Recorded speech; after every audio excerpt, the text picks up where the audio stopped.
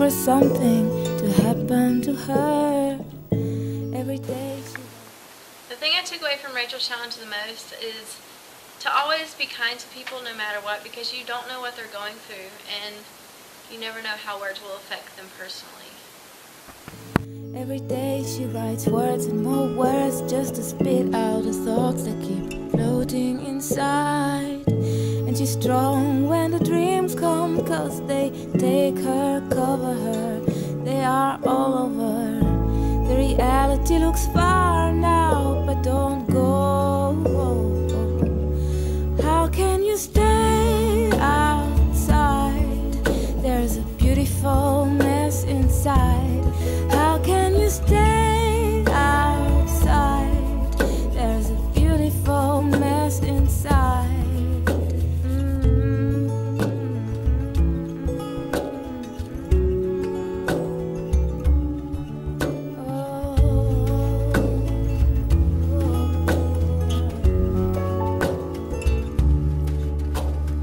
Far, far, there was this little girl.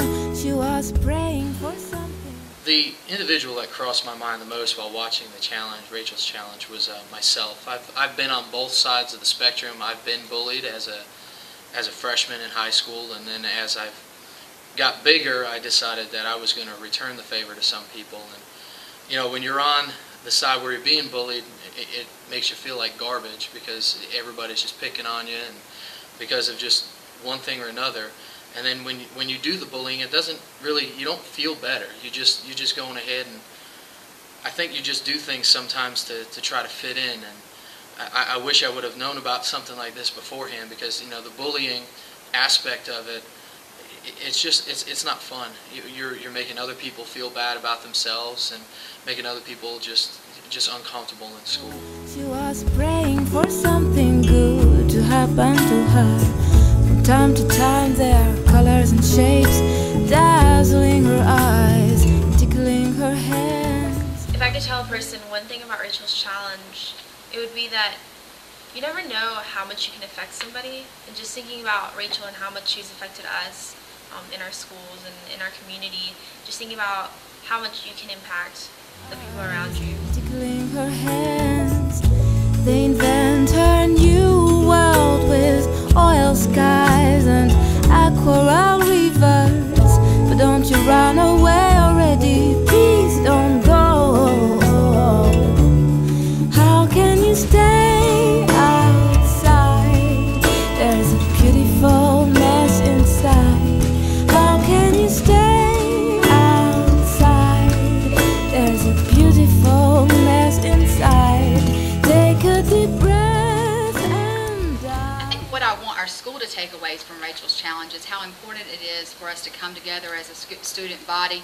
I hope that it will continue to improve our school climate. I think we have great students. They just may sometimes be hesitant to say hello to someone new, and I want everybody to know that they're open to making new friends and just being there for each other.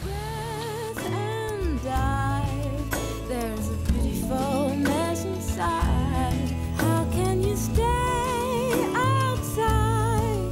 There's a beautiful mess inside.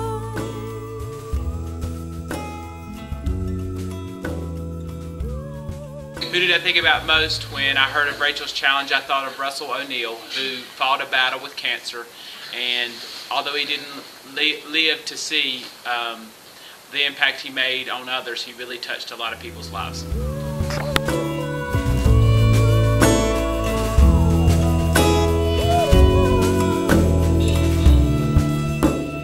Far, far, there was this little girl. She was praying for something big to happen to her. Every night she hears beautiful, strange music. It's everywhere, there's nowhere to hide. But if it fades, she begs, oh Lord, don't take it from me. Don't take it, she says, I guess I'll have to. If I could tell one person one thing about Rachel's challenge that they'd take away, I would say that Rachel's challenge gives all of us hope. It gives our students hope that we can be kind to each other. It gives administrators hope that we can be aware of what our students are doing. So the one thing I'd say I could take away, there's a lot of hope left in Rachel's Challenge. I guess